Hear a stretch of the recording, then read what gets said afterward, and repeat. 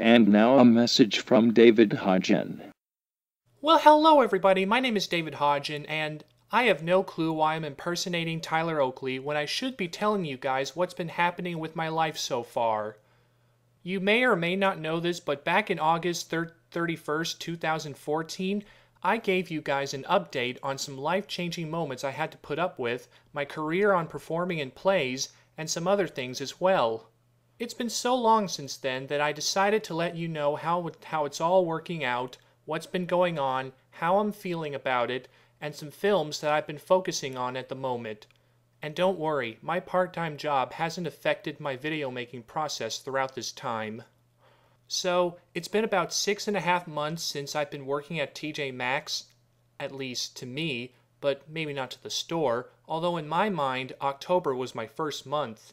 Either way, during my rookie times working, I had a couple of trials and errors to learn from to become experienced with it, but I had the skills already because of a CBI class I had taken back in 2014 to help me decide where I wanted to work to make my own money. Believe it or not, I originally wanted to work at Ingles the grocery store because my parents work next door in a warehouse I used to visit a lot, called Thomas Pump and Machinery. But Ingles wasn't hiring, so I went for one of the familiar places I've been visiting with my class. It's helped me to get to know the employees and the managers. They knew my skills, but they just needed to know when I'm available and when I'm not, and I told them that I'll always be here from mornings to afternoons. I don't know what my future would have been if it hadn't been for that CBI class. At work, I'm often in the back working with fellow coworkers unboxing clothes, toys, supplies, and other products, laying out clothes, and sometimes hanging them. Sometimes I'm out on the sales floor dusting, polishing mirrors, or stocking shelves. Everyone appreciates my work because of how fast things are getting done with me around, and I'm just glad to be a part of the team. The only problem are some sudden changes that are sometimes made in my work schedule. If I keep missing those times without calling myself out of them, I could get fired. But I don't really miss that much work days anyway, just a few. Also, I have to keep getting my paychecks on time every Friday even after getting direct deposit. I'm sure I will from this week onwards. Other than that, I'm glad to be having a part-time job. Now I'm going to tell you something else that you may or may not know. I explained also about myself being a play actor, which I've been since 2010 when I was 16 years old. And last year, I've been recently keeping active in the Culture Arts Theater where I used to work as a maintenance assistant, and that is auditioning for community plays and doing volunteer work for children's theater camp. I was able to perform with the community for the first time in my life on 2 weekends in March 19 to 29. It was based on Disney's Mary Poppins. We had a talented cast, great costumes, and the show was so enjoyable to the audience. I had a great time doing it as a statue and in the ensemble. And now I would like to show you a picture and another picture of me rehearsing the show with the cast members. And on Facebook is another picture taken by my grandma Rosemary at one of the meet and greets. Also on Facebook are some pictures taken during all the teen theater plays I've been in. And in this picture, I star in my biggest role yet, Mayor George Shinn in the musical known as The Music Man. I hope to continue being in plays for the community. It's not easy to get parts in it, but I'm no quitter. As for Children's Theater Camp, I've done my volunteer work there by helping to move set pieces last year. I plan to do it again this year, because I can honestly say I couldn't get enough of how much fun it was. So I know it's going to be fun the second time around. I met some super talented children who will hopefully grow up to become successful play actors like me, and a few other people I know. Also, I got to work with an old high school friend of mine named Greer who loves the theater, and she's the music director.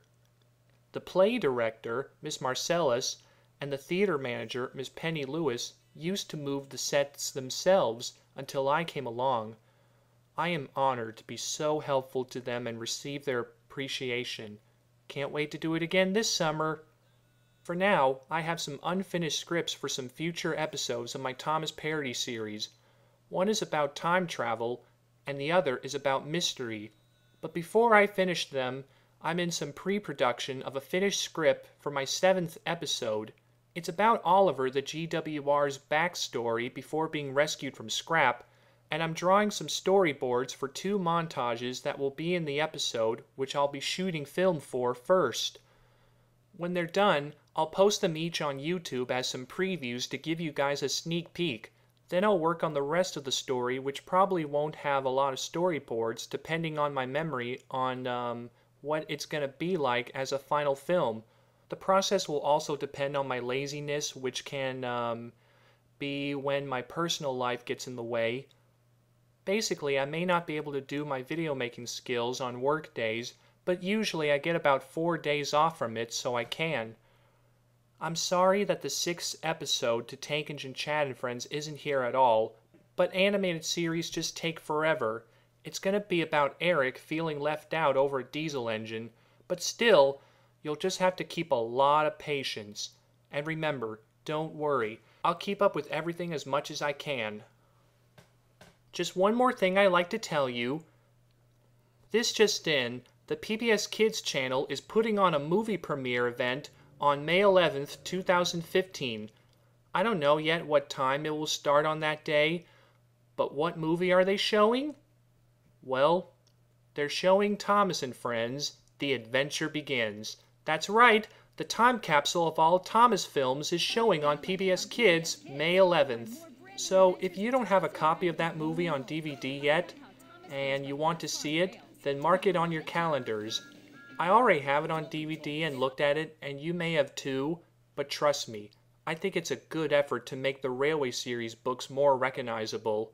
Speaking of the Railway series, I got some exciting news.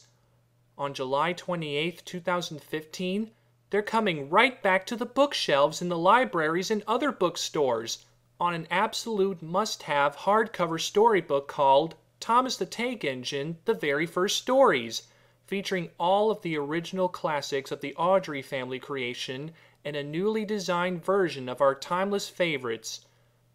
So you better mark that on your calendar as well, July 28th. That's the PBS Kids movie premiere on May 11th, and the first published stories returning on July 28th, published by Random House.